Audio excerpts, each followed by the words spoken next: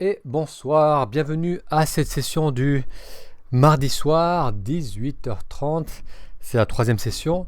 Et à partir donc de ce mois d'août et puis de la rentrée de septembre 2019, je vais essayer de continuer avec ces sessions tous les mardis soirs à 18h30 où l'on va explorer les bienfaits de la méditation introspective.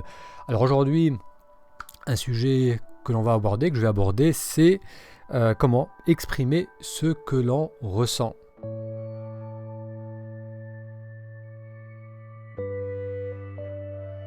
Et aujourd'hui, on va donc parler de l'expression de soi.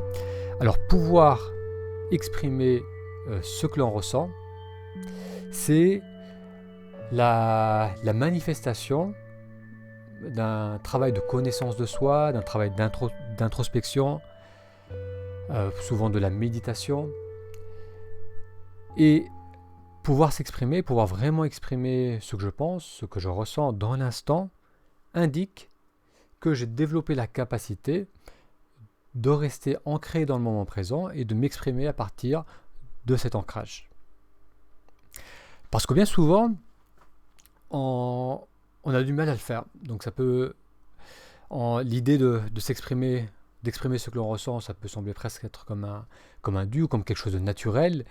Mais dans la majorité des cas, lorsque l'on interagit avec les autres, que ce soit au niveau du travail, lorsqu'on rencontre de nouvelles personnes, lorsqu'on est dans le rapport amoureux, au lieu d'exprimer ce que l'on ressent réellement, on va mettre en marche un certain logiciel, une certaine façon de s'exprimer, de réagir. Il y a tout un conditionnement qui fait qu'on ne va pas réellement exprimer ce que l'on ressent dans l'instant. Donc ce manque d'expression peut se manifester de plusieurs façons.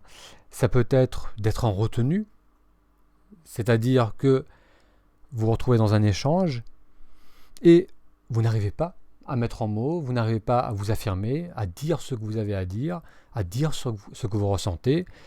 Vous ne le faites pas parce qu'il y a peut-être de la confusion en vous, donc c'est-à-dire on ne sait pas trop vraiment ce que l'on veut dire ou ce que l'on a besoin d'exprimer à ce moment-là, ou bien vous ne le faites pas parce que vous êtes plutôt en retrait et vous laissez la place à l'autre sans vraiment affirmer ce que vous ressentez dans l'instant. Il arrive aussi parfois qu'on s'exprime, mais où on va à l'autre extrême, c'est-à-dire où l'on va parler beaucoup, parler fort, imposer nos idées. On va en quelque sorte chercher à dominer l'autre à travers nos paroles, à travers notre réflexion. Mais là aussi, on ne va pas être satisfait, surtout avec le recul, que ce soit lorsque on n'exprime pas ce qu'on ressent parce qu'on est en retrait, ou bien lorsqu'on exprime beaucoup de choses et on impose nos idées à l'autre. Dans les deux cas, on ressent un sentiment d'insatisfaction parce que ce qu'on a exprimé, c'est pas vraiment nous. C'était pas ce que l'on ressentait dans l'instant. Et vous avez peut-être vécu cela. Vous avez une discussion avec quelqu'un et quelques heures plus tard ou dans les jours qui suivent, vous vous dites mais pourquoi je n'ai pas dit ce que je ressentais? Pourquoi je n'ai pas exprimé cela? Pourquoi je n'ai pas présenté ce point de vue? Avec le recul, on peut voir que l'on n'a pas été soi-même, mais lorsqu'on est dans certaines situations, surtout lorsqu'on sort un peu de notre zone de confort, on devient incapable d'exprimer ce que l'on ressent. Donc est-ce que vous avez vécu cela? Est-ce que vous avez remarqué que parfois, que lorsqu'on est avec des amis proches, lorsqu'on est avec de la famille, lorsque vous êtes avec un pote ou une copine et que vous parlez, là vous pouvez vraiment vous exprimer librement, vous dites ce que vous pensez, ça sort naturellement, il n'y a pas d'effort, il n'y a rien à faire de particulier, c'est vraiment ce qui sort naturellement de soi.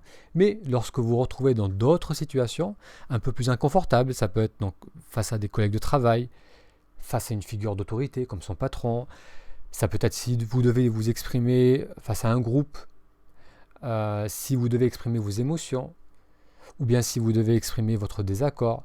Donc est-ce que vous avez remarqué que dans ces cas de figure, soit vous ressentez de la confusion, c'est-à-dire que vous ne savez plus vraiment ce que vous croyez, ce que vous pensez, ce que vous ressentez, et donc automatiquement vous n'arrivez pas à l'exprimer, ou bien vous n'arrivez pas à le sortir. Il y a une espèce d'inhibition, une fermeture sur soi-même, et on ne dit pas les choses. Ou bien encore, le troisième cas de figure qu'on a vu tout à l'heure, vous dites les choses, mais vous imposez les choses, et après vous vous en voulez de ne pas avoir été suffisamment sensible à l'autre et à ce que l'autre voulait exprimer. Donc pourquoi est-ce que lorsqu'on est dans notre zone de confort, on arrive à s'exprimer librement, et lorsqu'on sort de cette zone de confort, lorsqu'on interagit un peu à l'extérieur de nos habitudes ou des personnes que l'on connaît, pourquoi ça devient plus difficile d'exprimer vraiment ce que l'on ressent? La réponse courte et simple, c'est que on perd notre ancrage avec le moment présent. À chaque fois que l'on est dans une interaction où c'est le mode automatique qui s'enclenche, c'est-à-dire lorsque je suis avec mes collègues de travail, je me comporte de telle façon, je m'exprime de telle façon. Lorsque je suis avec mon conjoint, je me comporte de telle façon. Lorsque je parle en public, je parle de certaines façons. Donc je n'agis pas à partir du présent, à partir des autres, à partir de ce que je ressens dans l'instant, mais j'agis à partir d'un certain nombre de conditionnements, une certaine façon de dire les choses, de voir les choses, et je balance, je déroule des idées ou des concepts que je crois avoir besoin d'exprimer parce que je l'ai toujours fait. Et donc lorsqu'on fait ça, il y a une perte d'ancrage avec le moment présent. On n'est pas vraiment là. On n'est pas vraiment avec la personne, on n'est pas vraiment à l'écoute de ce que l'on ressent, on est juste en mode automatique. On dit les choses, on peut même faire de l'humour, on peut parler fort, on peut dire plein de choses, faire exprimer plein de choses, mais avec très peu de retour vers soi. Et ça, on le ressent particulièrement lorsque on développe la capacité de s'exprimer à partir d'un ancrage dans le présent. Et c'est là où on va voir l'énorme différence qu'il y a entre je m'exprime en prenant appui en moi-même, en étant attentif à l'autre, en étant attentif à ce que je ressens, je m'exprime à partir de cet état, et je m'exprime d'une manière conditionnée à mon habitude. Donc il y a une très grande différence, mais tant qu'on n'a pas essayé ou expérimenté avec une expression qui prend sa source en soi, dans le moment présent, on ne voit pas nécessairement la différence, mais il y a une énorme différence. Alors quel est le bienfait, quelle est l'importance d'exprimer, de s'exprimer et d'exprimer ce que l'on ressent à partir de cet ancrage dans le moment présent? Pour répondre à cette question, on va voir l'autre dynamique, celle que l'on a l'habitude d'avoir, qui est de s'exprimer selon un logiciel qui est installé en soi depuis longtemps, parfois depuis l'enfance ou depuis l'adolescence ou à travers les différentes expériences de la vie. C'est cette espèce de logiciel, de mode de fonctionnement que l'on a mis en place principalement pour nous protéger. Donc on cherche à se protéger comment? Soit en nous imposant à l'autre, soit en cherchant à dominer, ou bien en cherchant à plaire, à faire plaisir. Donc on adopte différentes stratégies suivant les situations et les personnes. Mais dans ces deux cas, c'est des logiciels hérités du passé qui s'enclenchent.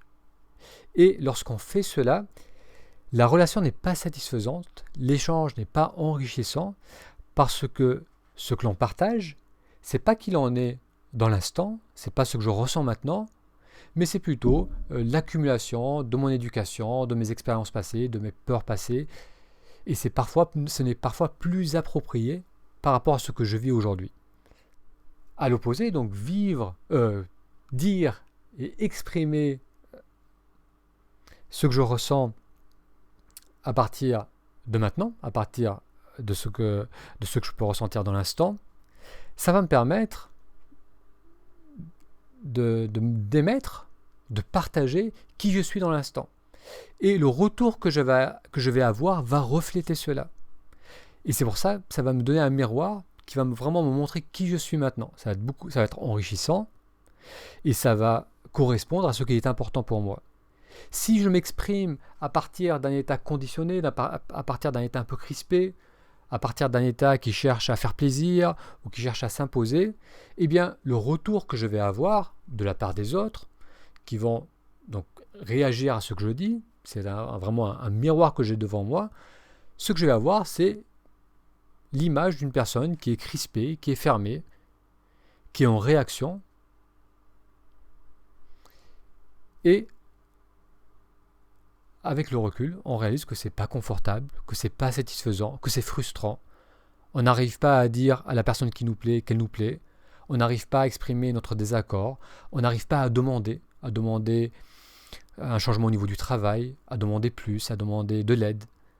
Tout ça, on n'arrive pas à le faire parce que on laisse l'habitude d'exprimer certaines choses au lieu d'exprimer ce que l'on ressent maintenant dans notre vie au quotidien.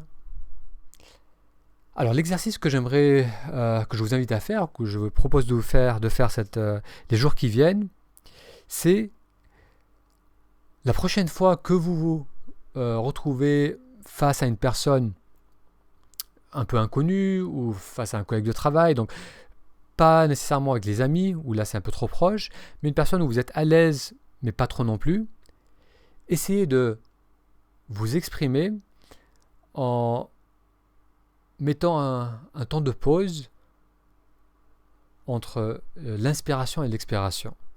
C'est-à-dire que j'inspire, et ensuite en expirant, je dis ce que je pense dans l'instant. Donc d'ailleurs, on parle toujours avec l'expiration, mais là, on va le faire en conscience. Si je prends un petit instant pour simplement inspirer et prendre conscience que j'inspire, ça va me ramener vers moi-même. Et ensuite, je vais dire ce que j'ai à dire, et vous allez remarquer que lorsque l'on s'exprime de cette façon, le rythme va varier, on va prendre le temps d'articuler ce que l'on pense, ce que l'on ressent. On ne cherche pas à remplir les silences, on va s'autoriser les moments de silence. Et donc essayez de faire cela, de revenir régulièrement, donc tout simplement amener l'attention, parce que c'est quelque chose qu'on fait déjà naturellement, donc j'inspire et lorsque j'expire, je parle, mais cette fois-ci, ayez l'intention de vous dire, bon voilà, maintenant j'inspire, je peux sentir l'inspiration, je sens l'inspiration, donc ça peut être au niveau de la poitrine, au niveau du ventre, et ensuite à partir de ce moment où j'ai ressenti ma respiration, donc où je suis revenu vers moi-même, je vais dire les choses, je vais exprimer les choses. Et vous verrez que ce que vous allez dire, la façon dont vous allez le dire, la façon dont ça va être perçu, va être différente. C'est une expérimentation intéressante à faire pour soi-même et pour les autres. Vous allez peut-être exprimer des choses que vous n'avez pas l'habitude d'exprimer, vous allez peut-être être mieux entendu, vos idées vont être un peu plus claires, parce que il va y avoir ce simple retour au moment présent, à soi, à ce que l'on ressent, et on va dire les choses, s'exprimer à partir de maintenant, où je suis là, attentif à ce que je ressens, attentif à l'autre, et je vais m'exprimer à partir de ça. Donc essayez cet exercice, essayez cette façon de parler, comme je vous l'ai dit, trouvez la bonne personne, le bon cadre pour le faire. Donc juste, hop, souvenez-vous, je dis tiens, je vais essayer, vous inspirez, juste portez votre attention sur la respiration, et ensuite parlez. Laissez l'expiration sortir et les mots sortir avec. Et vous verrez que ce simple changement de perspective, où je prends un petit instant pour juste être attentif à l'inspiration, va vous aider à exprimer davantage ce que vous ressentez.